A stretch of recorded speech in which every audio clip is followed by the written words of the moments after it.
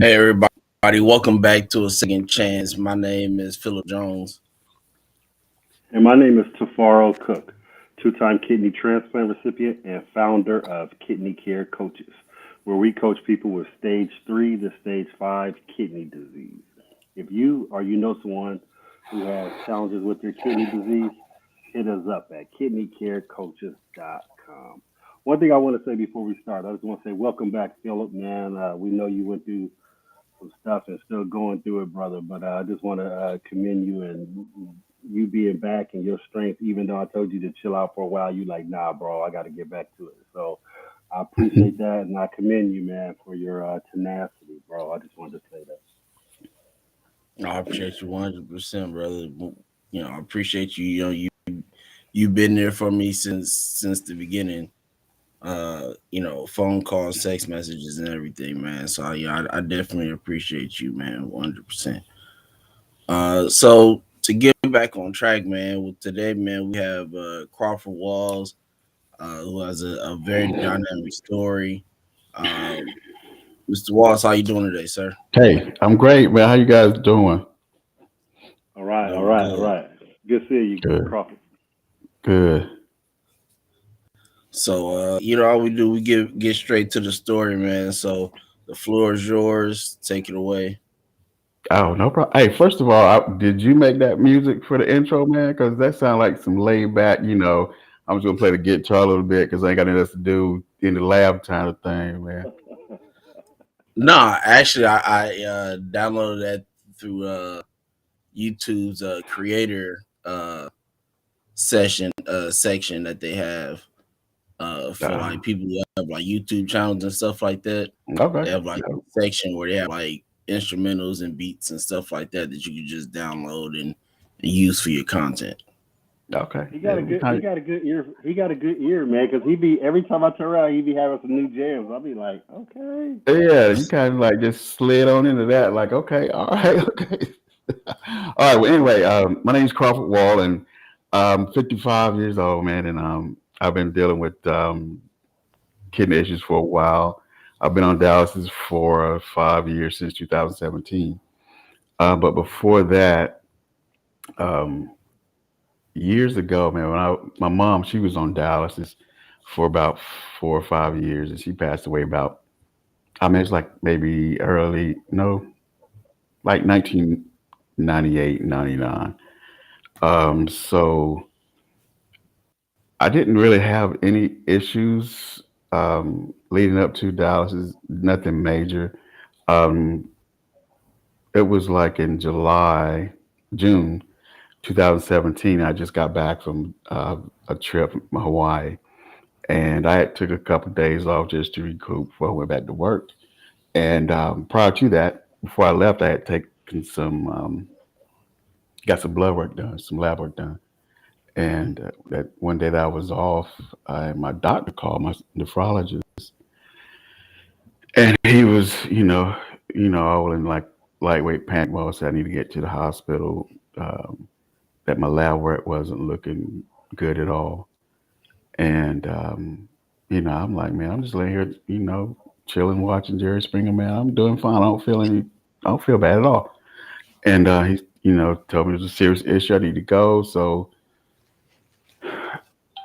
I just kind of thought about, I equated, dialysis with, death because that was what I saw my mom go through.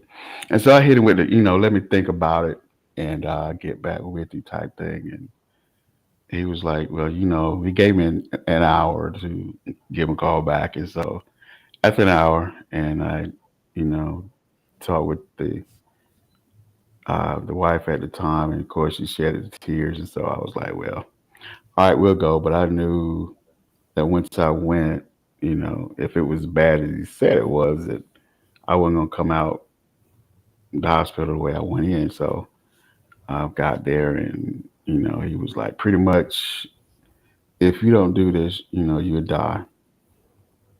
And I was still like, man, I don't know, I don't know if I want to live my life like that. And I was like, well, let me sleep on it. And he's like, all right, you can sleep on it. So when I woke up that next morning, I was like, well, I better go ahead and do this because it was like, I'd already settled with it in my mind that I got to function and navigate a whole different way. So, I went to the OR that morning and rest is history, man. So I've been doing it for 5 years. Hemodialysis in the center. Let me ask you a question, man, because I just wanted to ask you this, and did you have any symptoms like fluid on your legs or your heart beating hard, anything like that? Um, Maybe about, it was right after I got back from my trip. I noticed like I had just some swelling in my legs. And I knew, I had kind of had a list of the symptoms of what was going to happen when it started happening. And so I was looking out for that stuff, like shortness of breath and swelling in the face and the legs and but as long as, I was using the, getting up 5, 6 times to use the bathroom nights, I'm like, man, I'm fine, I'm peeing. So found out that you could, use the bathroom 100 times. It doesn't matter. It's like if you're not getting your toxins cleaned out, it don't matter. So I was pretty much like a walking cesspool, I guess. Didn't even know it. Right, right. And that's funny that you. It's not funny, but we hear that quite often. Every time I work with somebody new and they're telling me what's going on, they keep on, even though I'm looking at their labs and everything, and they keep on reverting back to, I feel good, I feel good, and I tell them, I go, yeah, I know you feel good. I felt good as well. I felt good, but the thing about kidney disease is, I not just a silent killer, but a like painless killer. You know what I'm saying? Like you don't Right, give you no like a heart attack could be like I heard I never had one, but I heard a heart attack. Your heart beat like feel like it's twisted. And kidneys don't do that. Kidney is just like painless, real settled, real quiet. You might have a couple symptoms here and there, and sometimes some people don't have any symptoms. Like prime example, I know people who didn't even swell up, never stopped urinating, any of those things, and went to the doctor and was like, "Oh, you full blown kidney disease, stage 5." So right, and then they keep on reverting back to that. But I tell people all the time, just like you said, you can be peeing all you want, but if you're not peeing good pee, you're gonna end up with toxins in your body. So you're right about that. Let, right. let me ask you let me ask you a question. Like Yeah. when you first start doing dialysis, like when could you tell like okay I'm not my body isn't working quite right because you went into dialysis feeling just like you was on a vacation. So when did all of a sudden you start doing dialysis and you start noticing, hey, my energy ain't the same, my nutrition, my appetite's not the same, I could tell some slight differences now. That's funny, man, because it was like right after I started dialysis, a friend of mine, she asked me, she was like, I know you don't really like, what's happening right now. She's like, but do you feel better? And honestly, I had to say I did because I guess I got used to not feeling well, which uh, to me, it was feeling okay. But I know I used to eat like, I don't know, 3 gallons of ice a day, man. And it was like right hmm after I started dialysis, it just went away. And mm, then it was like stuff was kind of leveling out, but I could tell that, I didn't have the energy that I used to.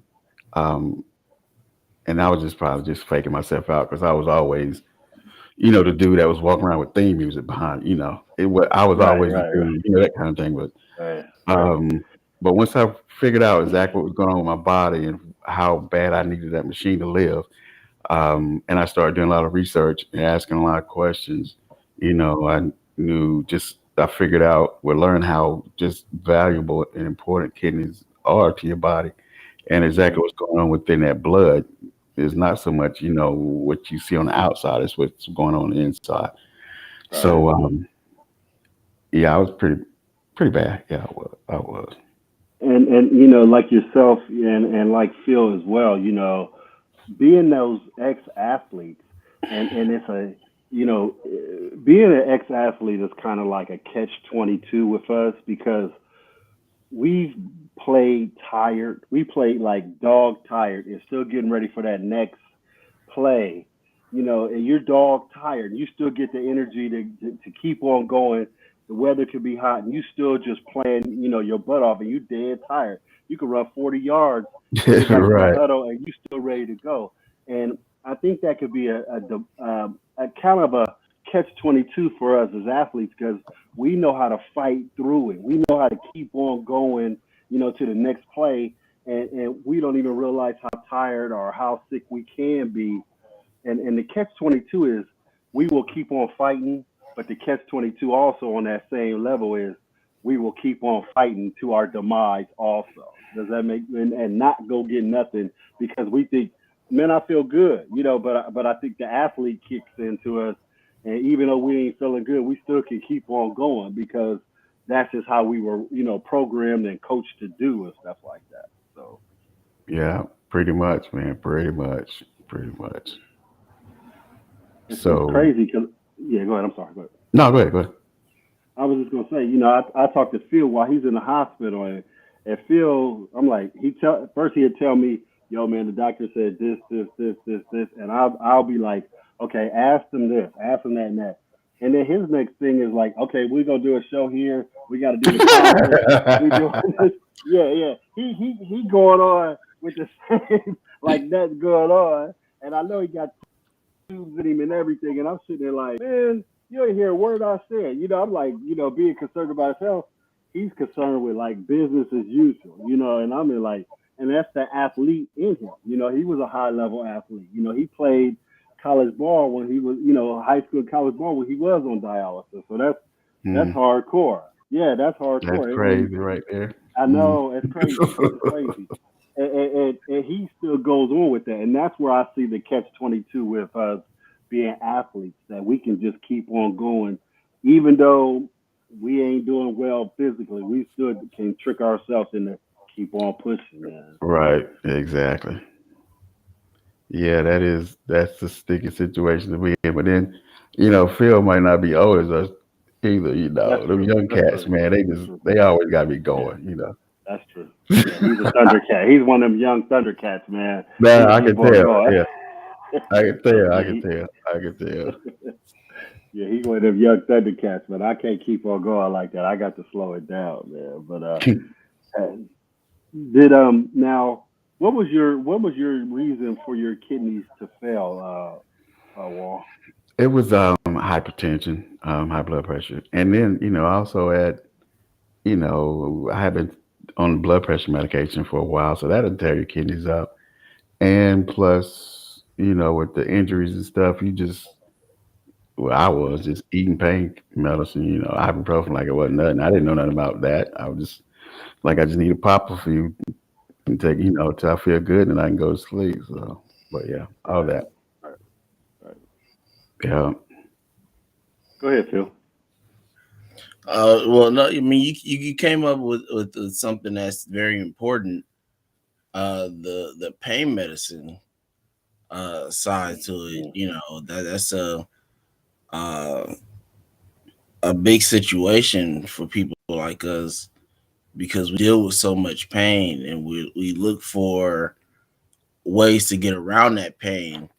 You know, so let me ask you: was it and I mean, if you don't want to say, you don't have to. This is just a question.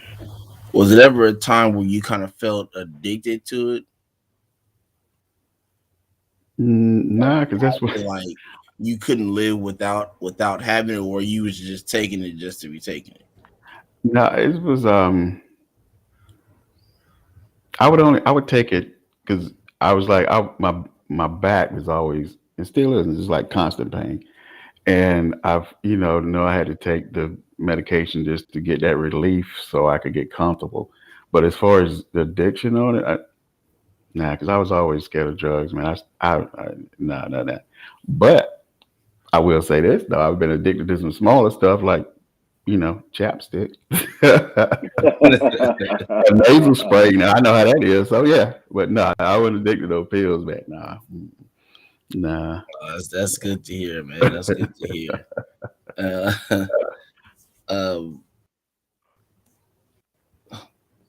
so with that being said, you because even uh, the scaredness of being addicted to these drugs, you know, um, it it can still get you.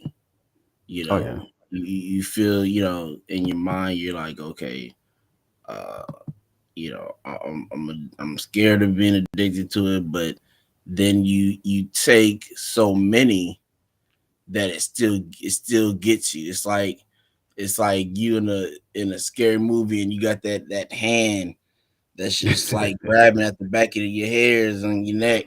It's like I'm right. I'm I'm gonna get you. No matter how this goes, I'm gonna get you. So, to see that you were able to get around that, man, is really something I like to hear, Oh yeah. because I've talked to a number of patients who just like, you know, I was just addicted to it. They found that was the only way that they can function, and get through the day, was by taking those medications, you Hmm. know. So, and I ask that question because I try to get people to understand that there are plenty of ways to getting back on your feet and functioning properly without having to consistently take those medications. Now, like I said, if you taking it just to be taking it, that's a little bit different story, because you can stop at any time you want to. You Right. just taking them just to be taking them. You know, but again, like I said, man, I'm glad to hear that you did not find yourself in the addiction area of it. Mr. Cook. Yeah, yeah. I want to ask, while when you started dialysis and things like that, did you ever take a step back from working full time, anything like that, or did you just keep on going as usual? Or explain about that. Nah, man, I didn't take no step back. I'm still working full time. But I'm fortunate enough, to be working from home right now. I do pretty much, like tech support for my job. But so I'm proud of that. I always get up, drive 30 minutes to work. I'm same spot for about 25, 26 years. So Hmm. I couldn't stop because, I got stuff to do, people to provide for. Um, but I've talked to a couple people, man, that are on dialysis, and they ask me like, well, why you still working? I'm like, well, first of all, I ain't handicapped, so Right, this right, this ain't my end all. So this is just something I got to figure out how to navigate through and keep on. I mean, and that was something I had to get my mind focused on for real. Though, was like, because I'm the type of person, if I can't do it like the way I've always been doing something like 100%, and I'm like, forget it. You know, right. so my 100%, is, I won't say I won't say 50%. That sounds kind of weak. Maybe 60%. So I had to figure out how to accept that. Right. But then again, my 60%, the 60% is a whole lot better than some people 100%. So I I'm heard I'm that. doing all right, man. So, I but heard no, I that. I didn't heard stop. that. Still working it, man. I got three Yeah. more years. Hopefully, then I can retire. Then I can think about some other stuff. Right, right. Like even so when you first started doing dialysis, you were going to work, right? You were Yeah. like getting in the car, man. So I'm saying like that could be a little challenging because I had my fitness studio when I was on dialysis, and I remember that I would some of my clients knew I was on dialysis, and I would depending on how I ran, and most times as soon as I got done, I would be at my studio, training people and everything. But Mhm. sometimes when you're on chemo, sometimes man, you have one of them days on, and you just can't do nothing afterwards. And I would, text my clients and be like, hey, I can't make it today. And they understood, you know what I'm saying? They understood. Right.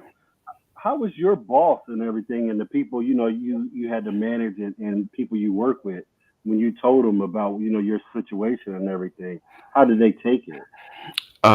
They very very supportive, but as long as I could get, as long as I was available. Like right now, I take my laptop and once I'm hooked up to the machine, I have enough movement where I can still type, do whatever I need to do, use my phone. So um, it's like I'm still, sitting here at my desk. But I tell them that there are days, that it might not be a today problem. It might be tomorrow, but it'll get done. So, and then, the hours that I don't sleep, because that's one thing now I can't sleep. I probably hit it hard for like 2 hours, 3 hours, and then I'm up the rest of the night. So I do a lot of my stuff then, So as long as I'm keeping up, not getting behind on stuff, I'm doing okay. Good, good, good. Another thing I want to commend you on, man, and congratulate you on is you just got on the kidney transplant list, man. And I just want to, give you my super, super congrats on that, man, because that's a big feat right there. Phil's in the process of getting on the list out in LA right now. So, and anytime we hear that, man, we want to show love to anybody getting on that list because we know it could be a challenge at times to get on the list. It's almost feel like sometimes to get on the list, it almost feels like it's an invisible barrier, like this invisible roadblock you keep on hitting and they won't let Bro. you on. You're like, what's going on? Why Yeah. can't I get on the list? So to me, Yeah, yeah, because on that journey with me, man, it was like, that was almost the hardest thing I ever done. I mean, I was already on the transplant list at the hospital, University of Illinois, but this particular hospital, man, they just kept moving the goal line. I'm like, okay, all right, I need to figure out what's really going on. And then, right. you know, um, once I linked up with you and got my nutrition right and exercising and losing some of that fat, so it all paid off. It all paid off. And I would just want to say thank you to you for getting my mind right. So appreciate Well, you're welcome, man. But the biggest thing is you did it. You know what I'm saying? You put everything into play. And then, sometimes a coach like myself can just give the blueprint. But the players got to perform it. And that's what you did. You quarterbacked it all the way through. You were quarterbacking. And quarterbacking is taking initiative. Like, okay, I know what everybody doing. Coach said run this play. Sometimes I might have to do an audible. But, when you're the quarterback on the you. field, Exactly. you know the play, but they all of a sudden sometimes you might can do an audible and it works out good. So it was a good combination, man, of you doing what you had to do, and I commend you for that, man, for sure, man. Go ahead, Phil. Nah, man, I just kind of piggybacking off of what Tafaro said, man. I just want to offer that congratulations, man, for putting that foot forward and putting the work in to get to where you are. Because I mean, me, Tafaro, a number of people that are watching, we know and understand what that fight is like. I Right. mean, I'm going through that fight now. I'm back in hemodialysis. Every Tuesday, Thursday, Saturday. It kills me and irks my nerves, but and it I does, man. know what you mean. I sit in that chair every Tuesday, Thursday, Saturday, and it just feels like time slows down. Like it's just it's any other time of the day, time is going 1,000 miles per hour. Right. You know, got to 5 o'clock today at no time. But I'll get on dialysis, and those 4 hours will feel like it's taking 8 hours.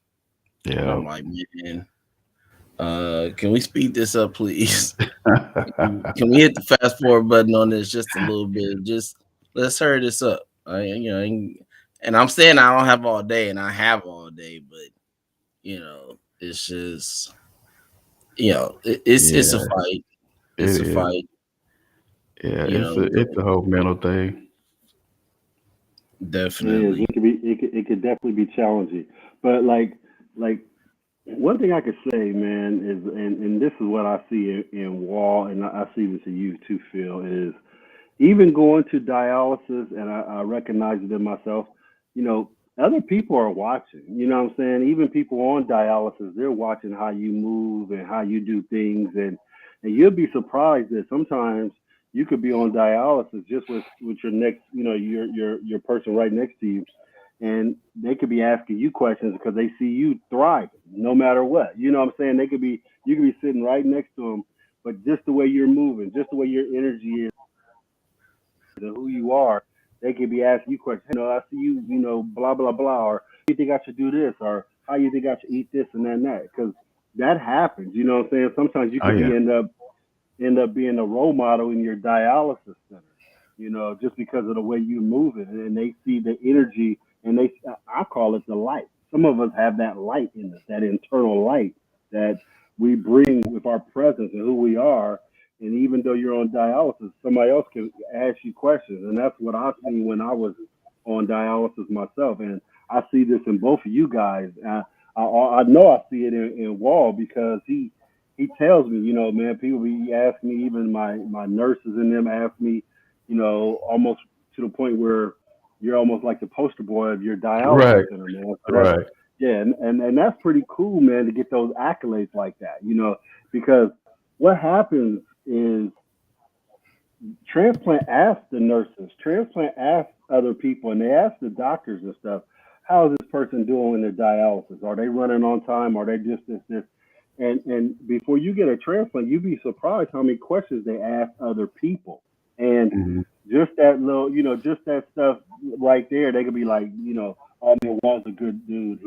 He gonna take care of that kidney when it comes. He's here. He does this. He does that. That goes a long way, man. I just wanted to say that, you know, and both of you guys are those type of people. You know, Phil, you need to, you know, make sure you know you tell the people who, you know, on dialysis to check out our show because they could see you in action and stuff because you just started. Right. Yeah. Yeah. Because people, yeah, they need that. Because I know, like when I first went in, it just seemed like everybody was just like, okay, this is the last stage of my life. That's Dialysis. it.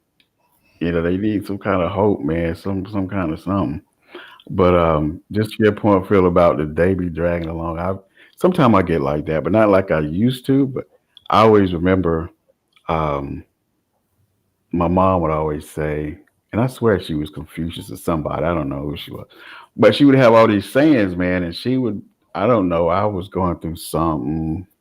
I can't remember what it was, but I was, firstborn, so I was a mama's boy, so I was always talking to her, and I'm a junior, so she'd always call me junior. So she was like junior. She's like, anytime you got your head in the lion's mouth, like only thing you can do is just rub his back, maybe pat him on his butt. Ooh, He said, but you can't do that until he opens his mouth.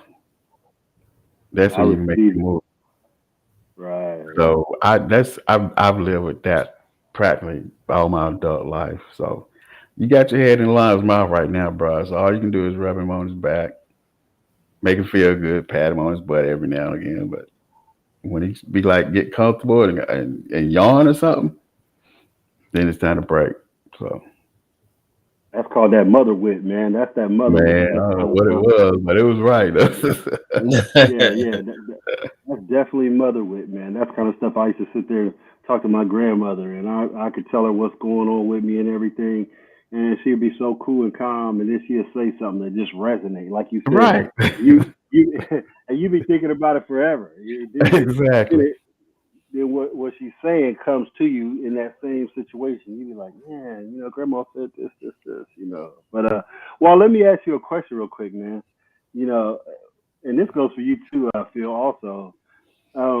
When you get that transplant, what's the first thing you gonna do, bro? What's the first thing? You know, when you after they say, okay, you can, you know, you ain't got no stipulations or you ain't got to do this. But what's the first thing? Like, what are the? Is there anything on your bucket list that you like to do? Anything? Well, well, I had to say first, I always got to put people ahead of myself. But I still got people I need to take care of. So I give more time to do that. Get involved with Kidney Foundation. I got some things I want to do at the center I'm at right now. Um, Okay. but I'm probably going to do the crip walk in the middle of the freeway. I'm just going to stop traffic, just throw it up right quick, then keep on moving. Um, uh, and just, I've missed traveling. I haven't traveled the way I used to in a long time. So that and pretty much like you guys, the name of your show, The Second Chance. You'd be like, okay, this is how I'm going to go at it this time. So yeah. that's what's up. Phil, what you gonna do, Phil, when you get your? Honestly, I'm probably just start thanking God, man, because I know without Him, I don't get to this point in my life or the next point or the next point after that. So for me, it's about just giving Him praise.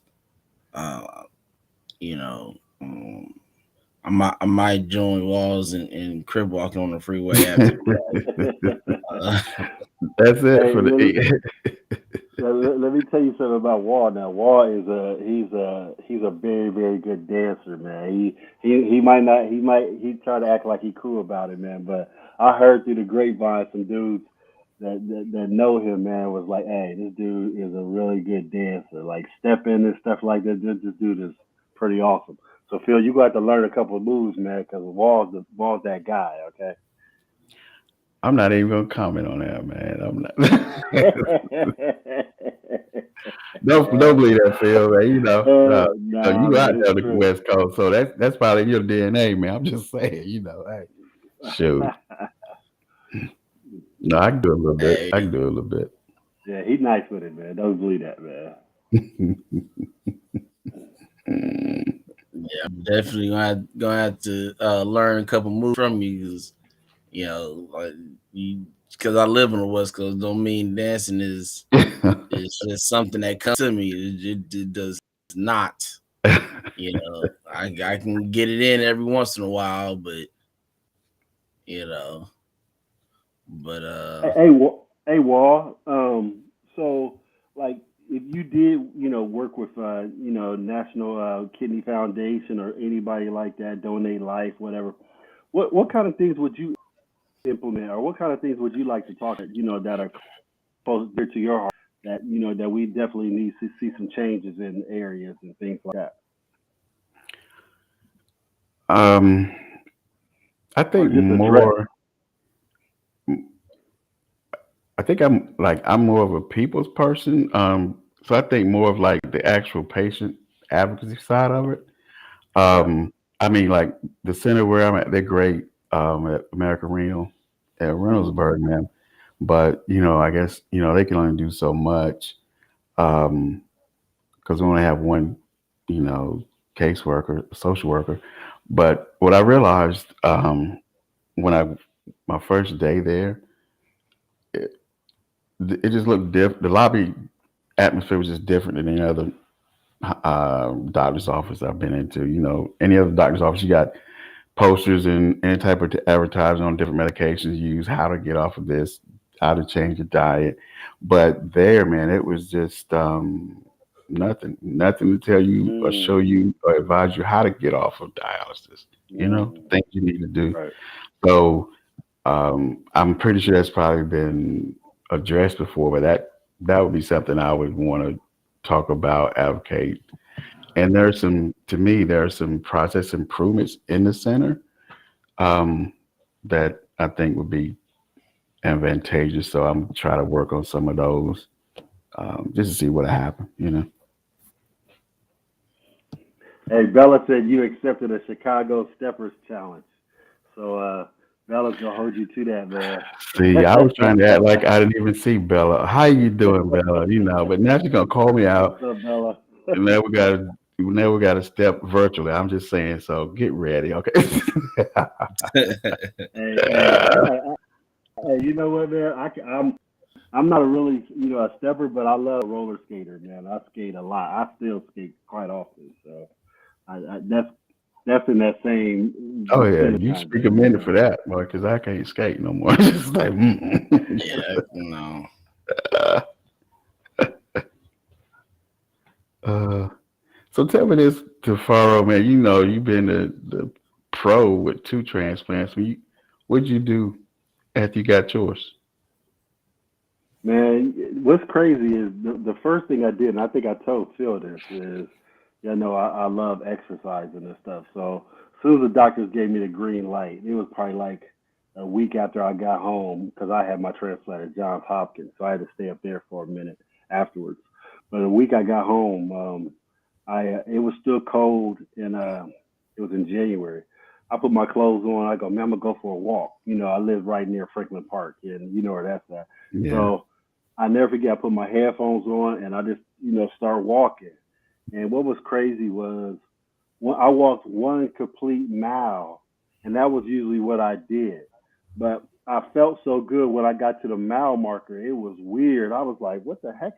Usually I would be out of breath and everything, man. I was Right. like looking around like, did I walk? I had to even look around like, did I walk a whole mile? And so I felt so good, man. I just took off and did another one, and I felt that good. Like, man, I couldn't believe how much energy I had. You know what I mean? I was training people, exercising, and everything, but just that walk right there let me know that, dude, I feel 100% better. My energy and everything, and that was the first thing I did, man.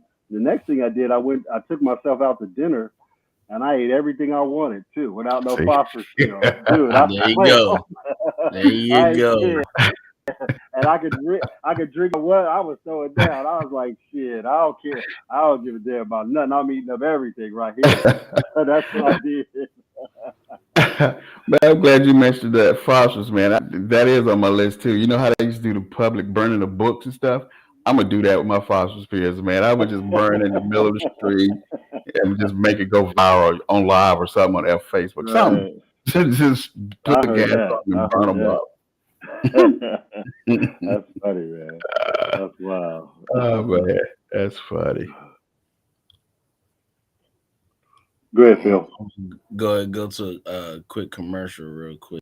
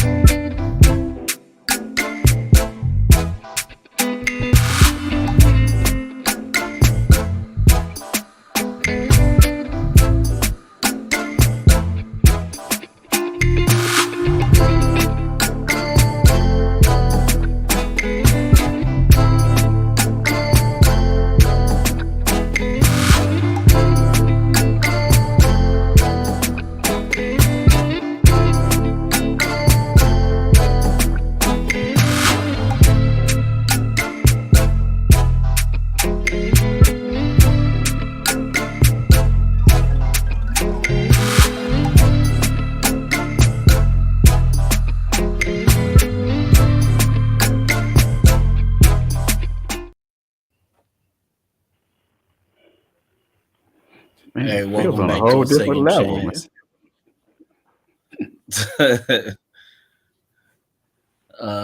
Mr. Cook, go ahead, take it away, sir. Yeah. Well, since you got on the transplant list, are you going to look at any other transplant centers and put your name on these other lists also? Because I always tell patients it's a good idea to put yourself on several lists. What's your thoughts on that? Yeah, yeah, that's my plan.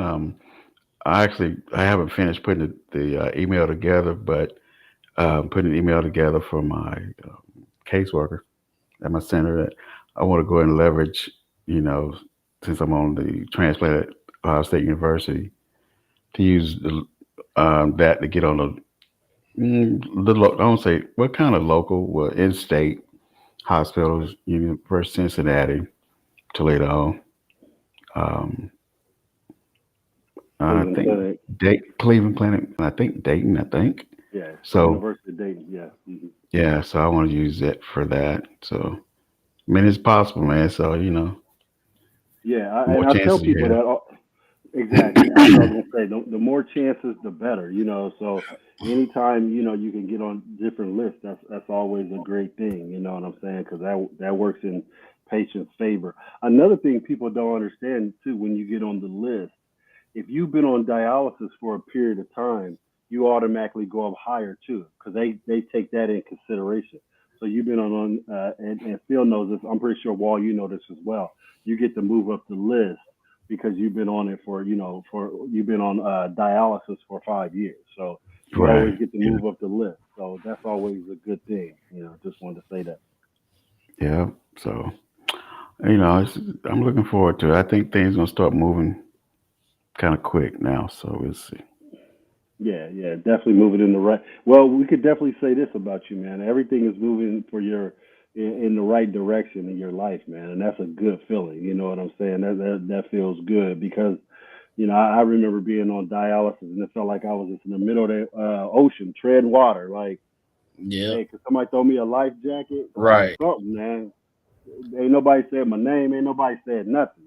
So Right. just anytime you can, get on the transplant list and you're getting some communication back and forth. It kind of lets you know where you stand.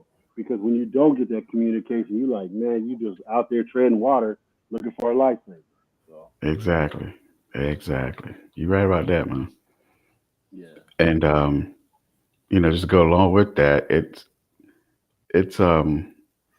that's one of the reasons why I want to do something with, like, after the transplant, like some type of patient advocate, patient care, something, because like you say, when you don't feel like you've been heard or even seen, like, you just feel like, okay, I guess I'm just supposed to, like, just fade to black, you know, exactly, and exactly. that ain't the way to feel. Right. I think when you and I talked before, I think one thing to be really good, and this is have a man's health voice. Let men have a voice in their health because a lot of times as men we quiet and we just suffer in silence, and that goes with a lot of things, relationships, all kinds of stuff, and there's a lot to be said, when men go through this because you know we're supposed to be the ones that's supposed to be tough, but this kind of disease can break anybody down, but we still hold our chest up high. We still are taught to be, you got to be tough about this, and I Right. think, yeah, I think we need to have more men's panels, and let us talk about how we feel with our emotions going through something like this because there are a lot of men out here going through these kind of challenges. There's a lot of things that you lose when you're on, dialysis or suffering from any type of kidney disease. From your libido that can go down. You can see if you had muscles at one time or you were strong, you can see yourself wasting away, and all these things that we look at as far as, being a masculine or who we are. And then not even having somebody talk about to it. You know what I'm saying? Right. That's the thing. We don't have, that's why, I'm getting real conscious of putting more together of a men's panel where we can voice who we are while we're going through our health challenges, because women be talking and they talk to each other, they talk to Oh God, yeah. and that's cool. But we don't have Yep. that outlet sometimes. We don't have that outlet, especially when we get sick. And I'm not just talking about kidney disease. I'm talking about any kind of sickness where we Yeah. can, because sickness is across the board. When you're sick, and we need to have a way where we can have men voice their opinion. And I feel I'm a big proponent of iron sharpens iron. Oh Phil yeah. might say something. Phil might say something that helped me. Wall might say something that feel like. What I'm saying? That iron sharpens iron. So that's where I'm going with that, man. So I just wanted to make that statement. Oh yeah. That's yeah. I'm automatically on that panel, man. Like shoot, that's something we Yeah. need. Cause I remember years ago, man. My primary doctor here in Columbus, Dr. Mark White, man. He would have these barbershop talks, and Mhm. so Mhm. I went with him a few times, man, to different barbershops.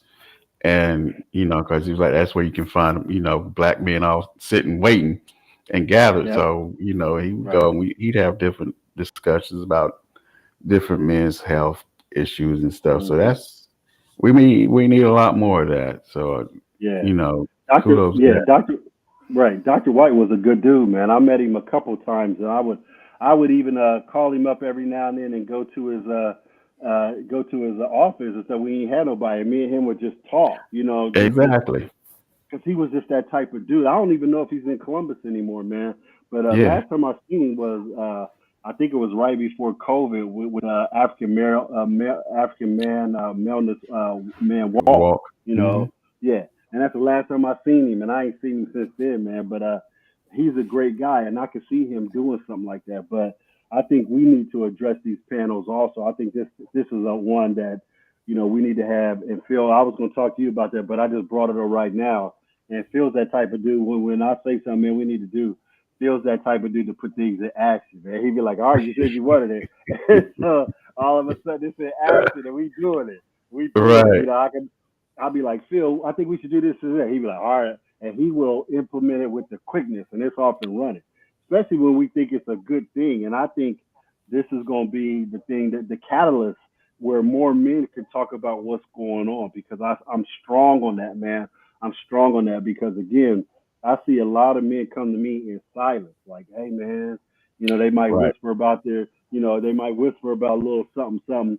And I'll be like, bro, I understand what you're going through because again, we suffer in silence. And I think that's big when we got to have a voice on that certain things, Right. on how we feel. Exactly. Yeah. Yeah, you're right about that. Because Yeah. that would help. I mean, like you say, especially the silence part. Yeah. We're creeping at some like we don't want nobody to know, Right, right, and right. We're hmm we ain't the only one in that boat, man. It's exactly. just a thing. So you just gotta just suck it up and do it because that's the Right. only way you're gonna know. That's the only way you're gonna learn. Right. Ask somebody. Because a lot of times, man, people, I work with a couple of gentlemen that they got families and they're going through kidney disease and, they're trying to be strong for their whole family. Fred Hill, can contest to this. Fred was going through dialysis. He had a wife and a son, and he was like, man, every time I turned around, my wife and kid be asking me to do something. He go, I can't do it because of dialysis. He was putting dialysis first. Then he changed that whole motto, and he came up with the book. Dialysis is not your life. And then he came up with that whole motto, like, you know what? I got to be stronger than dialysis. I got to be stronger. Take back who I am. And again, I think the voice of men is going to help other men. Oh yeah. Once one man comes out and says something, the avalanche of more men coming out talking about what's going on with them. And I Right. think that'll be big. Yeah. So Phil, you got the cue. Yeah, You do. Tafar already know when he say he want to do something, you know, things get put in motion quick, just like they They just do. did. He don't even know it. Um, Yep.